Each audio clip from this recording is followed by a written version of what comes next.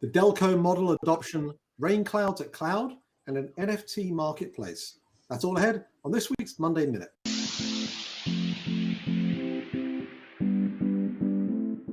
Monday Minute works like this. We're going to ask each other 5 questions about headlines that have caught our attention about the worlds of restaurants, off-premise, and technology that in some way tie back to our book, Delivering the Digital Restaurant.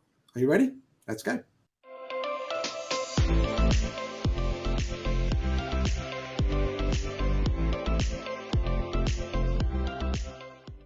All right, Carl, the first question is for you. It was very cute, your clever intro talking about what's going on with all of these new models. But now give us a bit more. Both Chili's and Sweet Green have opened what you and I would refer to as a Delco location. What exactly is that and what's going on?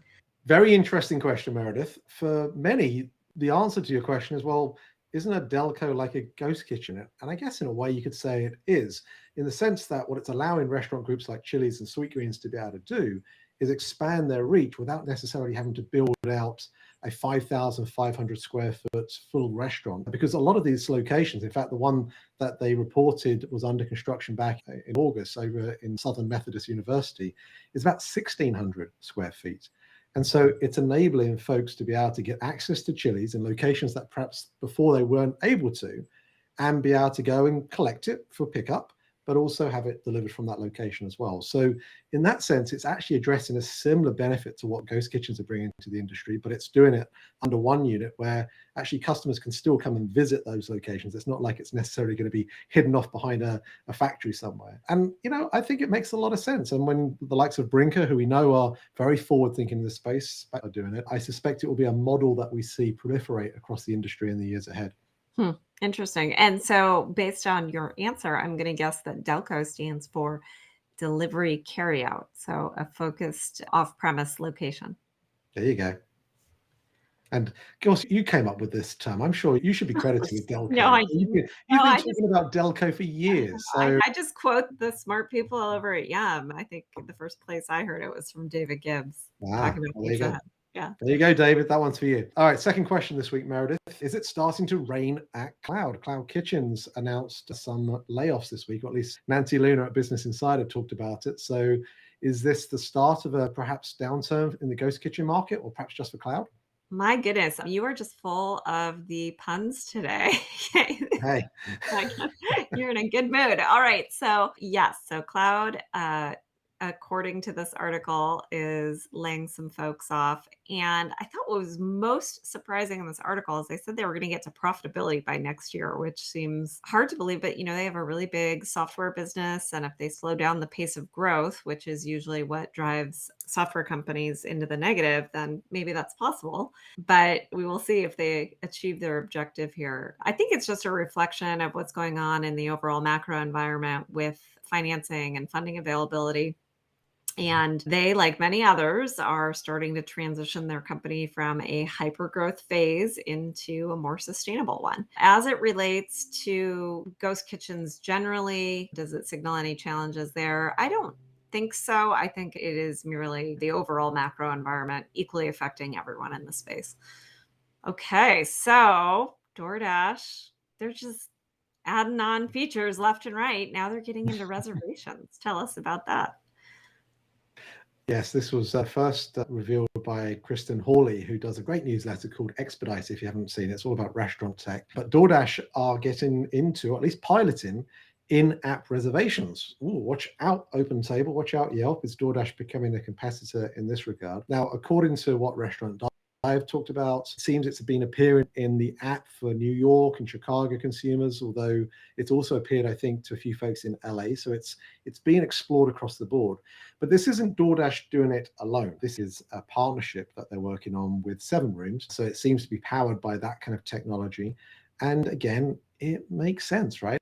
I think DoorDash wants to be the place where a consumer is thinking about food on any occasion. And if they think DoorDash, whether it be for food delivery or for pickup, or now perhaps for going out for dinner, then they want customers to think DoorDash first. And so I suspect this will be quite an interesting one to monitor. whether restaurants are going to be happy about it, whether the fees are going to be competitive to what OpenTable offer, which of course also aren't necessarily always particularly welcomed by restaurants. Time will tell, but certainly DoorDash are continuing to power ahead and being a force in our industry. Yeah. And in addition to being the one-stop shop for consumers, all things restaurants, they make themselves into more of a one-stop shop for restaurants who need all kinds of services, right? It's a very interesting move for sure. So there's a Cornell professor who is starting to write about dynamic pricing. And Carl, of course, this topic is near and dear to your heart. So I expect you have very interesting things to say about these articles. I do, Meredith, but this was your question that I was going to ask for you, you see. And so I really appreciate you asking me to give you my opinion. I have plenty of opinions about dynamic pricing, but why don't we ask you first? What did Professor Kimes talk about with regards to dynamic pricing? We're going to keep this in. We're not editing this out, by the way. That is definitely staying in this week. Well, I thought what was most interesting about it is that she's starting to see a shift in how restaurants view dynamic pricing and how consumers of restaurants view dynamic pricing. I think she, like we have heard from people in the past, oh, dynamic pricing works for airlines or hotels, but it won't work in my industry, whatever fill in the blank industry is, and in particular restaurants.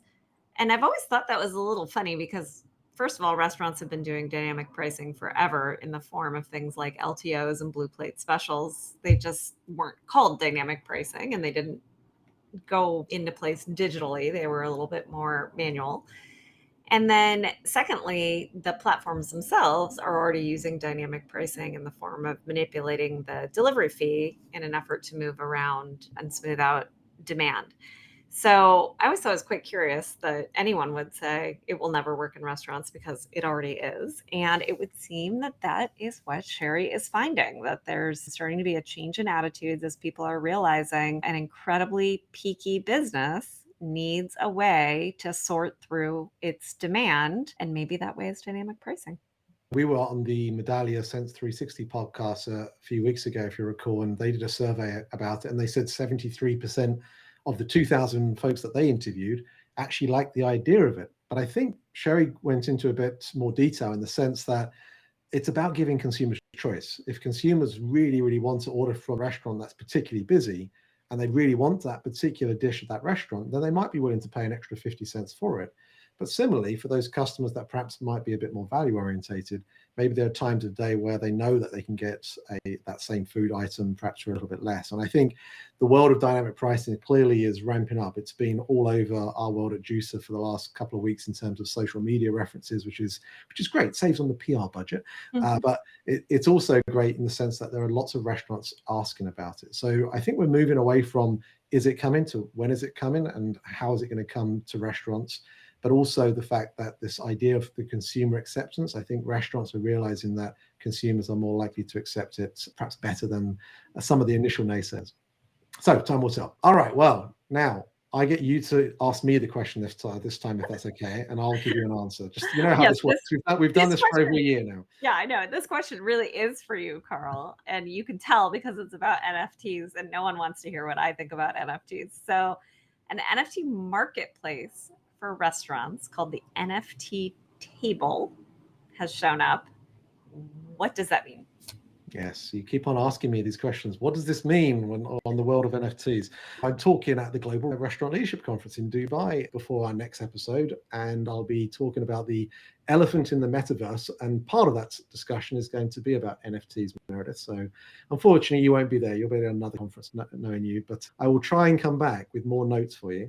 This particular one I picked up from Matt Newberg's newsletter, and NFT Table is a Solana-based, which is a type of crypto marketplace where people are able to auction off reservations at restaurants. There was one he mentioned, Tom Colicchio's Craft in New York City, by way of example. And the NFT table, the actual NFT token, entitles folks to be able to get access to a prime table like that at a particular evening each week.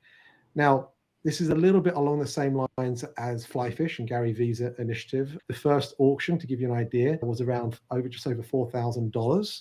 So this isn't something that is cheap. This is actually something about getting exclusive access to the best dining locations and probably a bit of boasting rights, I suggest, for the rich and elite amongst us. But it does go to show again that these NFTs can be a mechanism to draw attention and obviously also be used in a way that even if you can't attend a particular week, then you can actually use that same marketplace on the NFT table to sell that opportunity to someone else, and then it gets auctioned off again. So in that regard, it's quite a compelling concept. I think it's kind of interesting, clearly very niche in its area of adoption. And I think more broadly, just to come back to your question about NFTs, I think NFTs are probably going to be the representation for the future of loyalty and loyalty programs, but perhaps we'll cover that on another edition. All right. Well, you've still got that blank look across your face, so I don't know whether that helped. We'll have another swing at it another time. But if any of you have got your views on NFTs, the metaverse, and helping Meredith get to grips with it, please put your comments below. Any other questions, any comments about today's edition? I would love to hear from you. And of course, if there's anything that you would like us to focus on a future edition, please send it across to us here at learn.delivery.